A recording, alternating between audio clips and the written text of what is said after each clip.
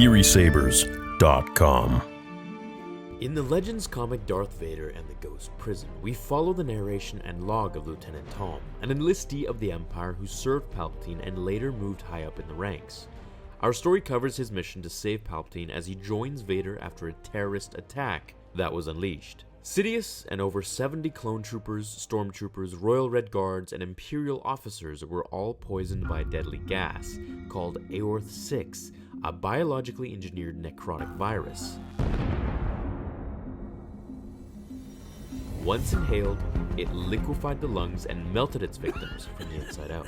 The attack was planted by an Imperial general named Gentis, who one day during a boring meeting filled with Grand Moffs, escaped and came across the Imperial crematorium, where he witnessed hundreds of dead Imperials being fed into an incinerator every minute. From that moment on, he developed a coup to bring down Sidious before his warmongering ways killed more innocents. The day of that coup is today's story. As Vader arrives at the scene and obliterates the enemies, he tells Tom to come with him to find the Emperor.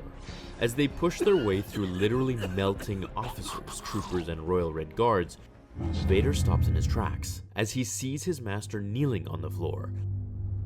Running to him, Palpatine's face is revealed with blood leaking from every orifice. Asking him how he's not dead yet, Palpatine responds through flooding blood that the dark side of the Force is keeping the virus from killing him.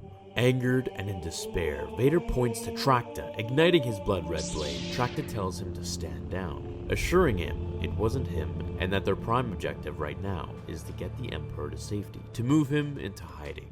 Vader replies with his ego, telling him the Emperor does not hide, when Palpatine cuts Vader off and informs him that Tracta is right, that he must go into hiding to recover. Now, I'd like to step out of the comic for a second and just say this is one of the only times in canon or legends where Palpatine legitimately acknowledges the fact that he's not in any good shape, and could die soon if he doesn't get the help from his loyal servants. Rarely do we ever see Sidious vulnerable, and this is one of those few times that we really see him as a mortal being. Let's continue. As they move Palpatine to an advanced stealth transport housed in a secret hangar for the time being, they place him in a stasis chamber, which slows the virus from spreading, kind of like how a fridge slows down food from going bad. The Emperor would need time to recover his strength before they moved him. As Vader makes a final plan to hunt down the traitors and their leader, Tracta tells him not to underestimate Gentis, that he's fought in the Clone Wars and leads by example. Reconsidering, Vader summons a new plan to get the Emperor away to real safety before he's found. Asking him where he had in mind, Vader tells them of the many secret places that have all the facilities they need. And I know where to find them.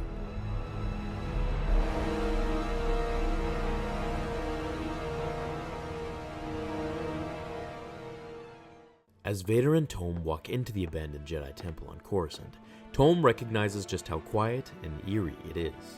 As the scene switches to where Sidious is being held with Tracta as his guard, the medical droid next to him, which, if you recall, is the same droid that overlooked Vader's operation in Revenge of the Sith, begins to beep uncontrollably as if programmed, which is exactly what was happening.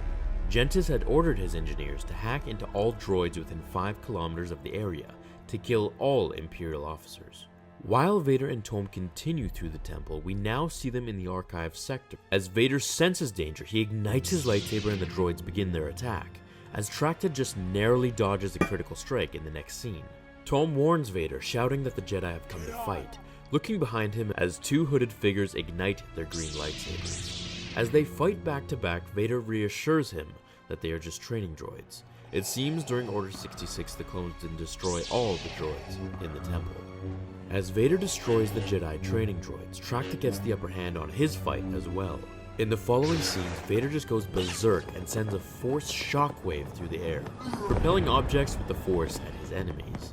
As the fights end in both parts of the city, Vader and Tom come before a weathered and broken-looking door. As they enter, Vader commands that he must never tell anyone what he sees this night. Once inside, activating the security tapes, Vader demands to see Anakin's conference with the Jedi Masters during Council. As we see Anakin in the center of the room, he tells them how he's captured countless of Dooku's men, from officers to Force wielders. Obi-Wan interrupts to ask him if he's requesting for another promotion. As Anakin refuses these claims, he simply asks the Council why all the men he's captured and defeated end up disappearing once he hands them over. Raising his voice, Anakin demands to know the truth, telling them he needs to know what happened to his prisoners of war. As Master Windu answers, he basically tells Anakin that he's making things up and that he's overstepped his authority. Telling them that it's not fair, Obi-Wan interrupts, explaining to Anakin that he's touched a nerve and to move on. Threatening the council that he'll go to Palpatine and ask what really is going on, he storms out, leaving the Masters to discuss amongst each other. As Mace Windu tells them to let him go to Palpatine, that this is the one secret that not even Palpatine knew. Heck, the Senators and the rest of the galaxy didn't know. Which is why Obi-Wan asks them what will happen when they all find out that the Jedi Order has been running a secret prison for years. As Master Windu tells him that basically the Jedi have to take matters into their own hands and imprison all the evil dark-side users and assassins away from society. Yoda says that war changed the Jedi to do these things, essentially saying drastic times call for drastic measures, and that when the war finally ends, they'll bring all the criminals to trial in court. As Obi-Wan tells the council he wants to go see this prison in person, Yoda agrees it would be good to visit Jedi Master Skyne, who guards it, as Mace then tells him the coordinates. It's in the mass shadow of the 6th moon of Diab, right on the Fringe Galaxy. Advising Obi-Wan not to take Skywalker, which is when Vader steps in and completely rages, telling them they plotted against the dark side from the very start. As he causes a massive storm from within the room, his rage contained in a spherical storm bubble.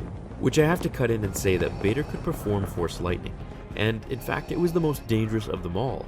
I'll make a separate video on this for tomorrow or this weekend if you like. It's pretty different from normal lightning since he had prosthetic hands. As Vader begins to settle his anger, he tells Tom to remember what he heard here today, that the Jedi always believed in shades of grey. Now this is probably the most important part of this video, which I think Disney is anchoring onto very hard.